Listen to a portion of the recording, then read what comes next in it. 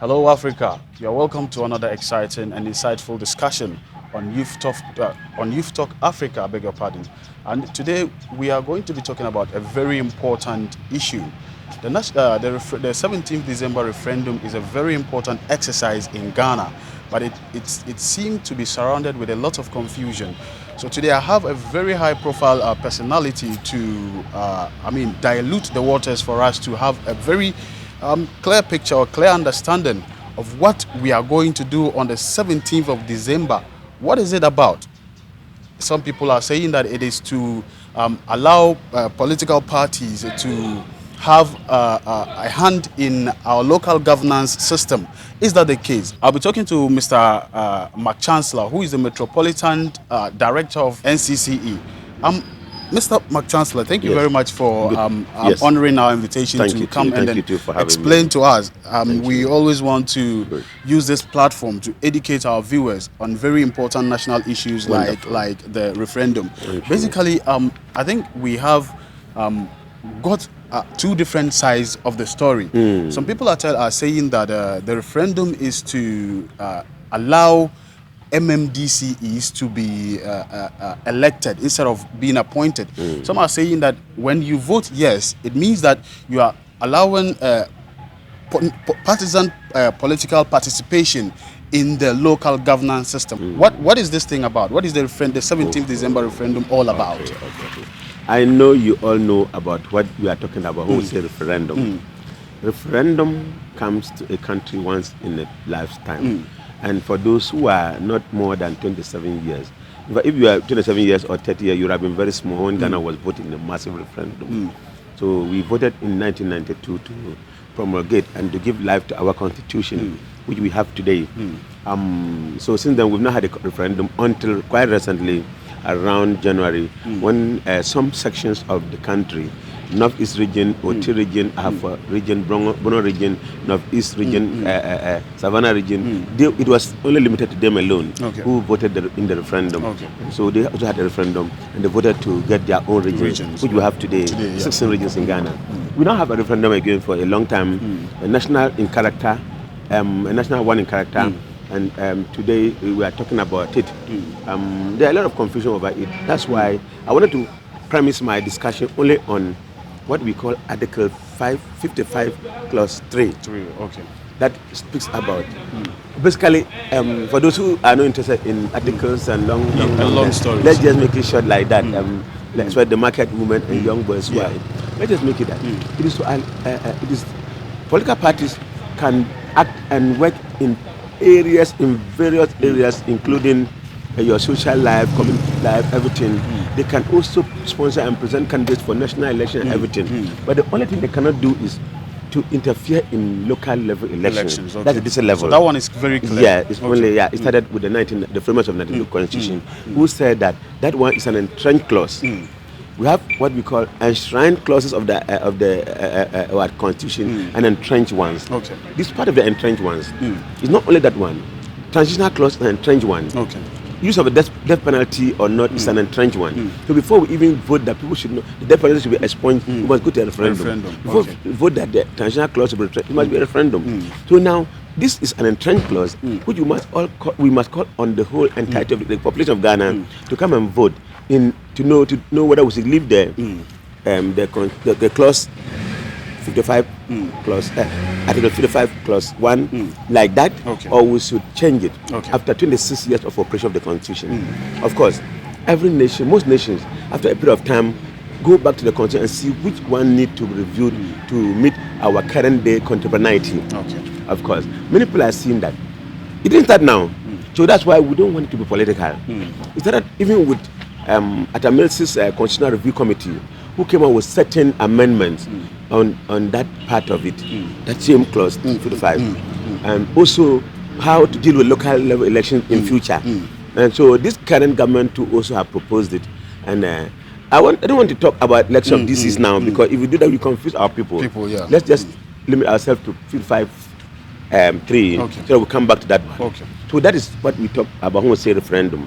So political parties should now be able to sponsor candidates and campaign for them, provide them logistic campaign, okay. and also to campaign against other candidates who are contesting their own candidates. This is what they are talking about. So, should there be a political party participation in local level elections or not? Is the answer yes or no? What we must answer on the 17th of December. Please, 17th of December, I would like people to come out massively to vote in that referendum. When you vote in that referendum, it means that you're exercising your civic duty in participating in what is happening in the country.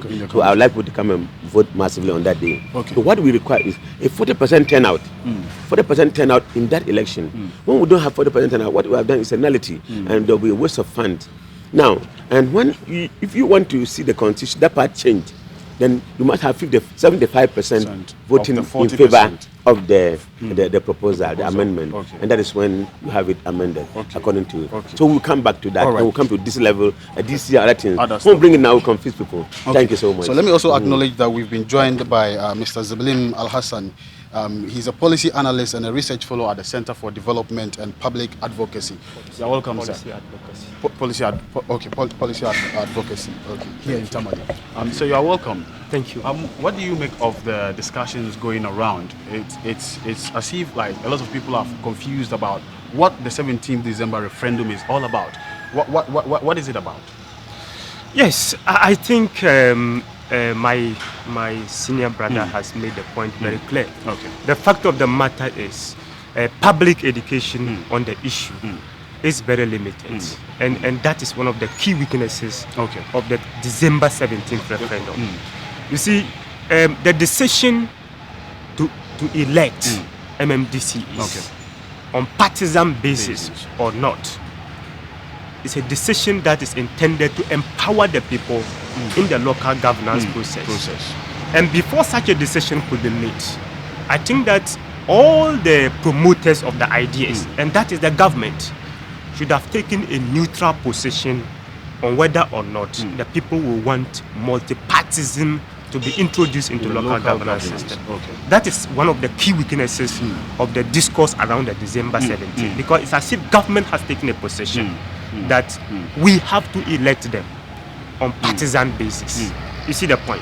Yes. So what is the dynamics? So if you make your point. So the one of the key issues that should have driven, and that is why you see that the decision to elect MMDCs has overshadowed partisanship, whether the election to local level, governance structures should be partisan or not. So are you then saying that it's an intentional decision to make people not aware of what exactly the referendum is about? People think that electing MMDCs is not a popular decision. Among the rank and file of all the political parties. That is the political parties, that is not within the public. The rank and file of political parties. Because some people have the fear that, well, in our district, there is no way we can have a DCE from our party, regardless of whether we are in power or not. People have that reservation. So people think that government has intentionally, some people have intentionally put the discourse on electing MMDCs ahead of whether local governance elections should be partisan or not. That is what people think. I don't believe in these conspiracy theories. But what I think is that there is limited public education on the pros and cons. I think that is it should have been done on a neutral platform. You want the citizens to make a decision either to vote to allow multipartism to be introduced into local governance or not. It's as simple as it has advantages and disadvantages. So the duty of government and all government agencies was to tell people, if we introduce multipartism or election on partisan basis, these are the advantages and these are the disadvantages. When the people get all these points correct, then they will go to polls in December and make a decision whether MPP, NDC, CPP should sponsor candidates into local level elections. This is not what is happening now. And so, if that is why the NDC has also taken a position. And the moment government takes a position, there is no way the opposition will support it, even if that position is good. And that was one of the major mistakes on the part of government in their pronouncement on this issue. Government should just say, well, NCCE, CSOs go ahead, educate the citizens on the advantages and disadvantages of introducing partisan elections at the local level. And then let them get the information right and then go to the polls. Government there to provide the resources to do that. Then after that, the citizens will make a decision. But once it becomes a political party agenda, you can't rally, opposition parties along that line, no matter how good the idea is. There are some who say that, looking at the governance structure of this country, if you elect or give elections to the local governance system, there will be a shortfall because, for instance, a DCE is not or has his own agenda, his own things he wants to do, and the government is in opposition to some of those things. Wouldn't there be a confusion within the local governance and the central governance system with what we are going to do? Let me come in there. When we start bringing in the DC question, we further confuse our people. Okay. The 17th December elections is just purely to go and decide on Article 55(3), which is that do we allow political party participation and sponsoring candidate and other things in local government system? Because Constitution debates that. So do we allow that to happen? If we continue to concentrate on that, then there's citizens decide whether yes or no with 75% vote. Then we can now rely on Parliament to also do. They can also do this now even before then. But then Parliament will now also handle the other part of it, which is 243 clause 1. When they also say that we must elect our DC, then we'll now be talking about election of DC. Clearly, people are inferring this to the fact to mean that because the DCs are also local government structures. So when they also do this, they now mean that we'll not allow partisanship into election of DCs. Notwithstanding, we have a situation where people will come to contest independently. They are welcome, and that one too is also allowed, like it is happening at national level. So like the pros and cons are there. Ghanaians we can tell them the advantages, implications. Not advantages or disadvantages, but implications. When you vote yes, this implication. When you vote no, this implication to local government system. And then this is what we want them to understand. But we are supposed to speak in a neutralized point of view, from a neutral point of view, because we have no position in NCC. And Kodio too, who has made it possible for us to be reaching people too, has no position on that. They think that we should be as neutral as possible. Educate the people, let them decide on their own free will. Because they have implications. If you vote no, and the implications at the point in time after some period will become negative, when people blame your office and have lose confidence in you. If you ask them to vote yes, and the implication tomorrow is not to be too bad, they will blame those who are advocating for it. So political parties, they are capable of absorbing all those declinants among them. They have no position. They have no problem with declaring their position. So like he just said, we thought that political parties should not have taken positions now, but unfortunately it has happened. Let's allow the Ghanaians to make a decision now. I can also see that House of Chiefs have come to make a pronouncement.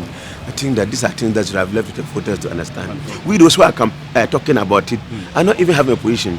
But when you have chiefs and other people coming into political parties who are taking position now, they now make people become more entrenched and hold their position more. This is my party's position. Don't further divide this nation. We should not further divide this nation. Let's leave it. It's an exercise that we could have easily done. Can you imagine North-East region when we are going to vote in a referendum to have our own region? It was 99.8% turnout, 87% turnout, 89.3% turnout, and 99.8% yes. When you allow them, they made that decision. But if you had taken if political parties had come inside the matter, you would have divided it, you would have 50-50. And what we wanted would have been financial loss to the state. So I would, as much as possible, want our decision to center on the reason for the referendum, which is Article 55(3). Then when we do that, then Parliament also finished theirs. We can now make the differences and then come across. But there are some sides of the divide that says that NCC hasn't done a lot of education on this particular referendum. That is not true. Because I can see that my colleagues are everywhere in the nook and cranny of this country. Take Tamale to where I operate. I'm just coming from Fila FM. I was in Justice FM. I was in Nesim FM. I was in Radio Tamale. I have gone up to 4 shower. I was in the loudspeakers on this vehicle. 4 shower to go all along to what Saligu, around the communities, we have dusk to down broadcast, and my driver and the program officer are on the road. They have come to the market center. I will show you picture on my phone where they have been the corn market. That market near the stadium, they've come to the market in the center. They've made public announcement. People are asking questions. We have gone to churches. We've gone to mosques. We've met hairdressers and beauticians. We've met tailors and dressmakers. We've met smoke weavers. We've met foods, bunuwao sellers. That kind of used clothing. A second-hand clothing dealer. We met butchers. We are now yet to meet. No, we have not covered all. There's a lot of work to be done. Yes. We're not only funded early, but we have to move to other. Let me just ask you. Yes. How, since you've been going around, how has been the reception like? Are people getting it? Is it becoming clearer now? Yeah, we try to make things clear now. But when we start talking, people have already heard that we're going to elect DCs. So their interest is just there. Whatever you say, their interest in how I'm going to elect our DCs. And some people say, we might even elect the regional minister. It's not about we're saying that just say yes or no. But their interest seems to be around let's go and elect DCs and that kind of thing. So we are trying to help them to understand. Mr. Alhassan Ziblim, it looks as if this whole referendum has nothing at all to do with the election of MMDC. It has. What is the reason why it has is that it sets the basis, the legal basis upon which Article 243 Clause 1 will be amended. You see, one of the challenges, a no vote on Article 55 will be a problem. I personally, I think that there is nothing wrong with electing MMDCs. The problem has to do with how the election should be done.